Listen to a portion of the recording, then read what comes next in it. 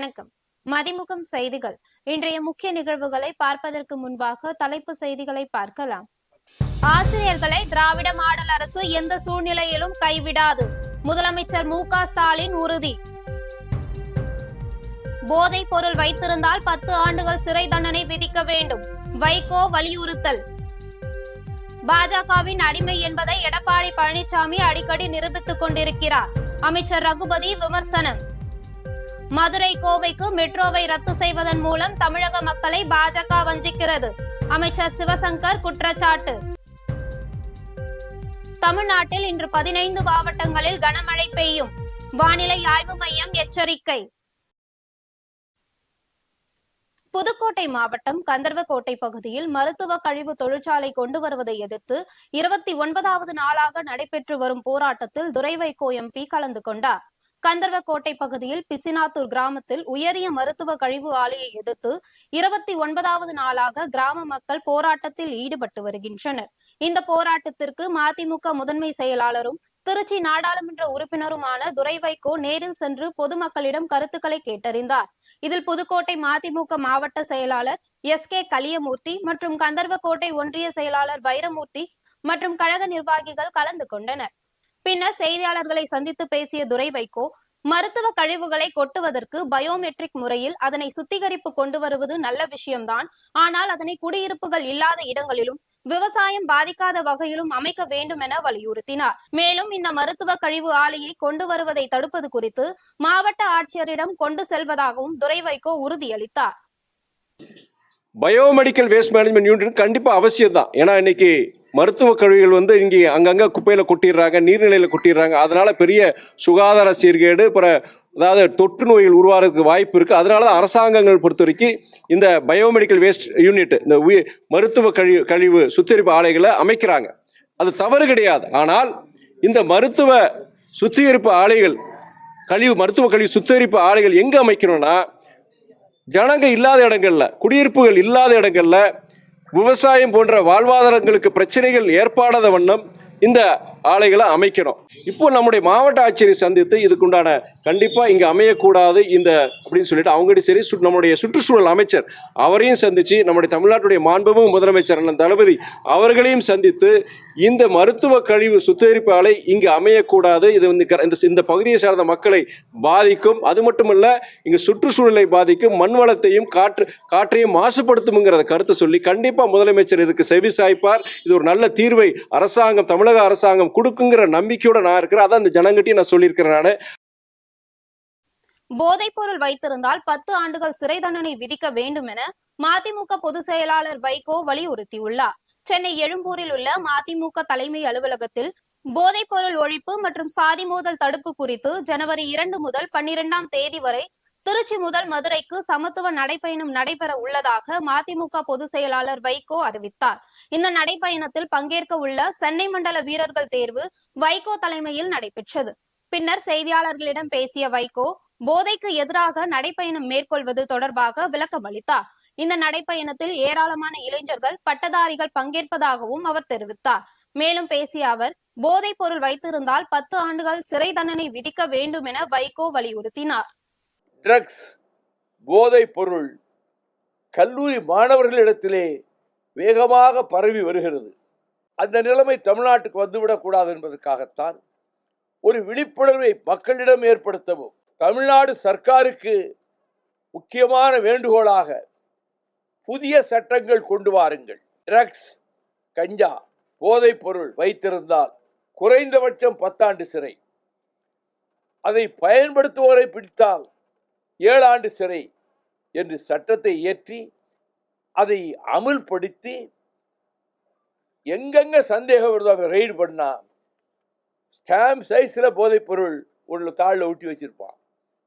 அதை கூட மாணவர்கள் மிக எளிதாக பரப்போட்டு விடுகிறார்கள். இப்பொழுது இந்த ட்ரக்ஸ், கஞ்சாவை ஒழிப்பதற்கு, விழிப்புணர்வை ஏற்படுத்துவதற்கு மதுரை கோவை மெட்ரோ ரயில் திட்டத்தை ரத்து செய்வதன் மூலம் தமிழக மக்களை பாஜக வஞ்சிப்பதாக அமைச்சர் சிவசங்கர் குற்றம் சாட்டியுள்ளார். அரியலூர் பேருந்து நிலையத்தில் 4 வழித்தடங்களில் புதிய மகளிர் விடியல் பேருந்துகளையும், செந்துறை பேருந்து நிலையத்தில் பல்வேறு வழித்தடங்களில் 5 பேருந்து சேவையினையும் போக்குவரத்து மற்றும் மின்சாரத்துறை அமைச்சர் சிவசங்கர் தொடங்கி வைத்தார். இந்நிகழ்ச்சியில் மாவட்ட ஆட்சியர் ரத்னசாமி, அரியலூர் சட்டமன்ற உறுப்பினர் சின்னப்பா உள்ளிட்ட போக்குவரத்து கழக அதிகாரிகள் பலர் கலந்து கொண்டனர். பின்னர் செய்தியாளர்களை சந்தித்த அமைச்சர் சிவசங்கர், பல்வேறு வழித்தடங்களில் இயக்கப்பட்டு வந்த பழைய பேருந்துகளுக்கு பதிலாக புதிய பேருந்துகள் இயக்கப்பட்டு வருவதாக தெரிவித்தார். மதுரை கோவை மெட்ரோ ரயில் திட்டத்தை ரத்து செய்வதன் மூலம் தமிழக மக்களை பாஜக வஞ்சிப்பதாக குற்றம் சாட்டினார். மெட்ரோ ரயிலை பொறுத்தவரை அவர்கள் மக்கள் தொகை குறைவாக இருக்கிறது என்கின்ற ஒரு காரணத்தை தான் சொல்லியிருக்கிறார்கள். அப்படி குறைவாக இருக்கின்ற காரணம் என்றால், இதைவிட குறைவாக இருக்கின்ற வட இந்தியாவில் இருக்கின்ற இந்தூர் போன்ற நகரங்களில் இந்த மெட்ரோ ரயில் பயணம் அவர்கள் துவக்கி இருக்கிறார்கள். இன்னும் சொல்லப்போனால் வாரத்துக்கு 80 பேர் பயணிக்கின்ற நிலையெல்லாம் பல மெட்ரோ ரயில்கள் இருக்கிறது. ஆனால் நிச்சயமாக கோயம்புத்தூரிலும் மதுரையிலும் இது பெருமளவில் மக்கள் பயன்பாட்டிற்கு சரியாக இருக்கும் என்கின்ற காரணத்தால் தான் நாம் இதை கேட்டிருக்கின்றோம். அந்த அமைச்சர் இப்படி சொல்கிறார். அந்த கட்சியினுடைய சட்டமன்ற உறுப்பினர் வானதி சீனிவாசன் அடுத்து எங்கள் ஆட்சி அமைந்தால் நாங்கள் மெட்ரோ ரயிலை கொண்டு வருவோம் என்று சொல்கிறார். நயினார் நாகேந்திரன் அவர் ஒரு காரணத்தை சொல்கிறார். அந்த கட்சியிலே முதல்ல அவங்களுக்கு ஒருமித்த கருத்து இல்லை. பாஜகவில் எப்படி தமிழ்நாட்டை ஏமாற்றுவது என்கின்ற எண்ணத்தில் வெவ்வேறு குரலில் பேசிக் கொண்டிருக்கிறார்கள். ஒட்டுமொத்தமாக எப்படி ஒவ்வொரு வகையிலும் நீட் தேர்விலே, புதிய கல்விக் கொள்கையை அறிமுகப்படுத்துவதிலே, மாநில உரிமைகளை பறிப்பதிலே, கவர்னரை வைத்து சட்டங்களுக்கு அனுமதி கொடுக்காமல் தடுப்பதிலே ஒன்றிய அரசு தமிழ்நாட்டிற்கு வஞ்சகம் செய்து வருகிறதோ, அதே வஞ்சகத்தோடு தான் மதுரை மற்றும் கோவை மெட்ரோ ரயில்களுக்கு அனுமதி வழங்காமல் நிறுத்தியிருக்கிறார்கள்.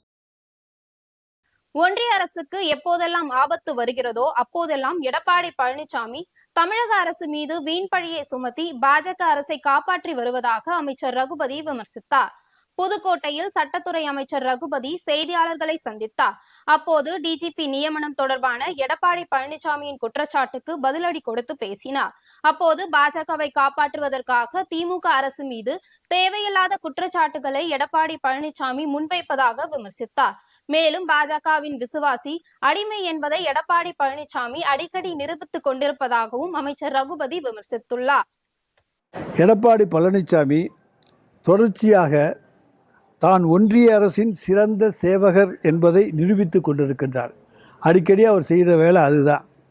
ஒன்றிய அரசுக்கு எப்பொழுதெல்லாம் ஆபத்து வருகிறதோ அப்போதெல்லாம் குறுக்கே விழுந்து தமிழ்நாடு அரசின் மீது தேவையில்லாத குற்றச்சாட்டை சுமத்தி ஒன்றிய பாஜக அரசை காப்பாற்றி வருகிறார். அது டிஜிபி விவகாரத்திலும் நடந்திருக்கிறது.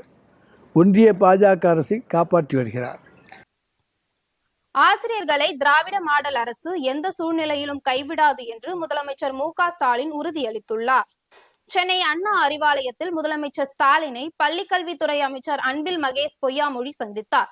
அப்போது 2011ஆம் ஆண்டிற்கு முன்பு பணி நியமனம் பெற்று தற்போது ஆசிரியராக பணிபுரியும் அனைத்து ஆசிரியர்களும் கட்டாயம் ஆசிரியர் தகுதி தேர்வு எழுதி தேர்ச்சி பெற வேண்டும் என்ற உச்சநீதிமன்ற தீர்ப்பினை எதிர்த்து தமிழ்நாடு அரசு சீராய்வு மனு தாக்கல் செய்துள்ளது குறித்தும் ஆலோசனை பெற்றார். அப்போது ஆசிரியர்களின் நலன் காத்திட உரிய நடவடிக்கை எடுக்கப்படும் என்றும் திராவிட மாடல் அரசு எந்த சூழ்நிலையிலும் ஆசிரியர்களை கைவிடாது என்றும் முதலமைச்சர் மு.க. ஸ்டாலின் உறுதியளித்தார். இச்சந்திப்பின் போது நாடாளுமன்ற உறுப்பினரும் மூத்த வழக்கறிஞருமான பி. வில்சன் உடனிருந்தார். தமிழக வெற்றி கழக தலைவர் விஜய் இன்று முதல் மீண்டும் மக்கள் சந்திப்பு நிகழ்ச்சிகளை தொடங்க உள்ளதாக தாவேக பொதுச் செயலாளர் புஸ்ஸி ஆனந்த் அறிக்கை வெளியிட்டுள்ளார். தமிழக வெற்றி கழக தலைவர் விஜய் கரூரில் கடந்த செப்டம்பர் 27ஆம் தேதி பிரச்சாரம் செய்தபோது ஏற்பட்ட கூட்ட நெரிசலில் சிக்கி 41 பேர் பலியாகினர். இந்த அசம்பாவித சம்பவம் காரணமாக விஜயின் பிரச்சார சுற்றுப்பயணம் தற்காலிகமாக ஒத்திவைக்கப்பட்டது. அதனைத் தொடர்ந்து சேலத்திலிருந்து அவருடைய பிரச்சார பயணம் மீண்டும் தொடங்க போவதாக தகவல் வெளியான நிலையில் தாவேக நிர்வாகிகள் சேலம் மாநகர காவல் ஆணையரிடம் மனு அளித்தனர். டிசம்பர் 4ஆம் தேதி கார்த்திகை தீபம் என்பதால் பிரச்சாரத்துக்கு அனுமதி அளிப்பது குறித்து போலீசார் ஆலோசித்து வருகின்றனர். இந்நிலையில் காஞ்சிபுரம் மாவட்டத்தில் இன்று உள்ளரங்கு கூட்டம் நடைபெற உள்ளதாக அறிவிப்பு வெளியாகியுள்ளது. இது குறித்து தாவேக பொதுச் செயலாளர் ஆனந்த் வெளியிட்டுள்ள அறிக்கையில், தமிழக வெற்றி கழக தலைவர் விஜய் கலந்து கொள்ளும் உள்ளரங்கு மக்கள் சந்திப்பு நிகழ்ச்சி இன்று காஞ்சிபுரம் மாவட்டத்தில் உள்ள ஜேபிஆர் தொழில்நுட்ப கல்லூரி வளாகத்தில் காலை 11 மணிக்கு நடைபெற உள்ளதாகவும், இதில் அந்த மாவட்டத்தை சேர்ந்த 2000 பேர் மட்டுமே அனுமதிக்கப்படுவார்கள் என தெரிவிக்கப்பட்டுள்ளது.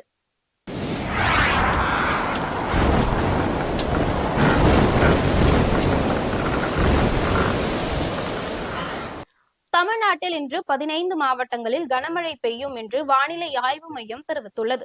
இது தொடர்பாக வானிலை ஆய்வு மையம் வெளியிட்டுள்ள அறிக்கையில், தெற்கு அந்தமான் கடல் மற்றும் அதனை ஒட்டிய பகுதிகளில் மேல்நிலவிய வளிமண்டல மேலடுக்கு சுழற்சியின் காரணமாக தெற்கு அந்தமான் கடல் பகுதிகளில் ஒரு காற்றழுத்த தாழ்வு பகுதி உருவாகியது. இது மேற்கு வடமேற்கு திசையில் நகர்ந்து வருகின்ற 24ஆம் தேதி தென்கிழக்கு வங்கக்கடல் பகுதிகளில் காற்றழுத்த தாழ்வு மண்டலமாக வலுப்பெற்று அடுத்த 48 மணி நேரத்தில் மேற்கு வடமேற்கு திசையில் தொடர்ந்து நகர்ந்து மேலும் வலுப்பெறக்கூடும் என்று தெரிவிக்கப்பட்டுள்ளது. இதன் காரணமாக தமிழகத்தில் அநேக இடங்களிலும் புதுச்சேரி மற்றும் காரைக்கால் பகுதிகளிலும் இன்று இடி மின்னலுடன் கூடிய மிதமான மழை பெய்யக்கூடும் என்று வானிலை ஆய்வு மையம் கணித்துள்ளது. அதன்படி இன்று கன்னியாகுமரி, திருநெல்வேலி, தென்காசி, தூத்துக்குடி, ராமநாதபுரம், சிவகங்கை, விருதுநகர், மதுரை, அரியலூர், கள்ளக்குறிச்சி, புதுக்கோட்டை, தஞ்சாவூர், திருவாரூர், நாகப்பட்டினம், மயிலாடுதுறை, கடலூர் ஆகிய 15 மாவட்டங்களில் கனமழை பெய்யும் என்றும் தெரிவிக்கப்பட்டுள்ளது. சென்னை மற்றும் புறநகர் பகுதிகளில் வானம் ஓரளவு மேகமூட்டத்துடன் காணப்படும் என்றும் நகரின் ஒரு சில பகுதிகளில் இடி மின்னலுடன் கூடிய மிதமான மழைக்கு வாய்ப்புள்ளதாகவும் கூறப்பட்டுள்ளது. வேலூர் மாவட்டம் குடியாத்தம் அருகே விவசாய நிலத்துக்குள் புகுந்த யானை அறுவடை செய்து வைத்திருந்த 500 கிலோ நெல் மூட்டைகள் மற்றும் வாழை மரங்களை சேதப்படுத்தியது. குடியாத்தம் அடுத்த சைனாகுண்டா கிராமத்தை சேர்ந்த லாரி ஓட்டுநர் யுவராஜ் என்பவரது மனைவி சுஜாதா விவசாயம் செய்து வருகிறார். இவர் தனக்கு சொந்தமான விவசாய நிலத்தில் சுமார் 500 கிலோ நெல் பயிர்களை அறுவடை செய்து மூட்டையில் வைத்திருந்தார். இந்நிலையில் விவசாய நிலத்திற்குள் குட்டி யானையுடன் வந்த தாய் யானை மூட்டைகளில் இருந்த நெல்களை சாப்பிட்டு சேதப்படுத்தியுள்ளது. மேலும் அருகே இருந்த வாழை தோட்டத்திற்குள் புகுந்து வாழை மரங்களையும் சேதப்படுத்தியது. இது குறித்து தகவல் அறிந்து வந்த குடியாத்தம் வனத்துறையினர் வெடிவைத்து யானையை காட்டுப்பகுதிக்குள் விரட்டினர். இந்நிலையில் சேதமடைந்த நெல் மற்றும் வாழை மரங்களுக்கு இழப்பீடு வழங்க வேண்டும் என கோரிக்கை விடுத்த நிலையில் அதிகாரிகள் எந்த ஒரு நடவடிக்கையும் எடுக்கவில்லை எனவும் அலட்சியமாக பதில் அளிப்பதாகவும் விவசாயி சுஜாதா வேதனை தெரிவித்துள்ளார். இதனிடையே சேதமடைந்த நெல் மூட்டைகள் மற்றும் வாழை மரங்களுக்கு இழப்பீடு வழங்க வேண்டும் எனவும் விவசாய நிலங்களுக்கு யானைகள் வராமல் தடுக்க வேண்டும் எனவும் சுஜாதா வனத்துறை அதிகாரிகளுக்கு கோரிக்கை விடுத்துள்ளார். மயிலாடுதுறையில் வீட்டின் கதவை உடைத்து 22 சவரன் தங்க நகைகள் மற்றும் 1 கிலோ வெள்ளி பொருட்களை 150 கிலோ எடை கொண்ட லாக்கருடன் தூக்கி சென்ற கொள்ளையர்களை போலீசார் தேடி வருகின்றனர். Mayiladuthurai town station road Saradha Nagar 2வது தெருவை சேர்ந்த தம்பதியினர் மணிகண்டன், விஜயா இருவரும் திருச்சிக்கு சென்றிருந்த நிலையில் இவர்களது வீட்டின் கதவை உடைத்த மர்ம நபர்கள் 150 கிலோ எடை கொண்ட லாக்கரை தூக்கி சென்றனர். அந்த லாக்கரில் 20 லட்சம் மதிப்பிலான 22 சவரன் தங்க நகைகள் மற்றும் 1 கிலோ வெள்ளி பொருட்கள் இருந்துள்ளது. மேலும் வீட்டு வாசலில் நிறுத்தியிருந்த இருசக்கர வாகனத்தையும் திருடி சென்றுள்ளனர். இது குறித்து அளித்த புகாரின் அடிப்படையில் மயிலாடுதுறை போலீசார் மணிகண்டனின் வீட்டில் பொருத்தப்பட்டுள்ள சிசிடிவி காட்சிகளின் அடிப்படையில் விசாரணை மேற்கொண்டு வருகின்றனர். மேலும் தடயவியல் நிபுணர்கள் கைரேகைகளை சேகரித்து சென்றனர். இதேபோல் மயிலாடுதுறை இலுப்பைத்தோப்பு சின்னமாரியம்மன் கோவிலில் 2 கதவுகளின் பூட்டுகளை உடைத்து மர்ம நபர்கள் அம்மன் கழுத்தில் அணிவித்திருந்த 5 கிராம் தங்க நகைகளை கொள்ளையடித்து சென்றனர். தொடர்ந்து நடைபெறும் திருட்டு சம்பவங்களால் பொதுமக்கள் அச்சத்தில் உள்ளனர். வங்கதேசத்தில் நேற்று காலை ஏற்பட்ட நிலநடுக்கத்தில் இதுவரை 10 பேர் உயிரிழந்துள்ளனர். வங்காளதேச தலைநகர் டாக்கா அருகே வெள்ளியன்று சக்தி வாய்ந்த நிலநடுக்கம் ஏற்பட்டுள்ளது. நர்சிங்டி பகுதியில் இருந்து தெற்கு தென்மேற்கில் 13 கிலோமீட்டர் தூரத்தில் ஏற்பட்டுள்ள இந்த நிலநடுக்கம் ரிக்டர் அளவில் 5.7 பதிவாகியுள்ளது. இது புவியின் மேற்பரப்பில் இருந்து 10 கிலோமீட்டர் ஆழத்தில் ஏற்பட்டதாக கூறப்படுகிறது. இதனால் அங்குள்ள பொதுமக்கள் வீடுகள், அலுவலகங்களை விட்டு வெளியேறி சாலைகளில் தஞ்சம் அடைந்தனர். இதனிடையே நிலநடுக்கத்தில் சிக்கி 4 பேர் உயிரிழந்த நிலையில் 100க்கும் மேற்பட்டோர் காயமடைந்ததாக தகவல் வெளியானது. இந்நிலையில் நிலநடுக்கத்தில் சிக்கி உயிரிழந்தோர் எண்ணிக்கை 10ஆக அதிகரித்துள்ளது. மேலும் 100க்கும் அதிகமானோர் காயமடைந்த நிலையில் தேசிய பேரிடர் மீட்பு குழுவினர் மீட்பு பணிகளில் ஈடுபட்டு வருகின்றனர். மீண்டும் தலைப்பு செய்திகள். ஆசிரியர்களை திராவிட மாடல் அரசு எந்த சூழ்நிலையிலும் கைவிடாது, முதலமைச்சர் மு.க. ஸ்டாலின் உறுதி. போதைப் பொருள் வைத்திருந்தால் 10 ஆண்டுகள் சிறை தண்டனை விதிக்க வேண்டும், வைகோ வலியுறுத்தல். பாஜகவின் அடிமை என்பதை எடப்பாடி பழனிசாமி அடிக்கடி நிரூபித்துக் கொண்டிருக்கிறார், அமைச்சர் ரகுபதி விமர்சனம். மதுரை கோவைக்கு மெட்ரோவை ரத்து செய்வதன் மூலம் தமிழக மக்களை பாஜக வஞ்சிக்கிறது, அமைச்சர் சிவசங்கர் குற்றச்சாட்டு. தமிழ்நாட்டில் இன்று 15 மாவட்டங்களில் கனமழை பெய்யும், வானிலை ஆய்வு மையம் எச்சரிக்கை. இத்துடன் செய்திகள் நிறைவடைந்தன. மீண்டும் செய்திகள் பிற்பகல் 1:30 மணிக்கு. மேலும் செய்திகளை தெரிந்து கொள்ள மதிமுகம் பிரைம் யூடியூப் தளத்தில் இணைந்திருங்கள்.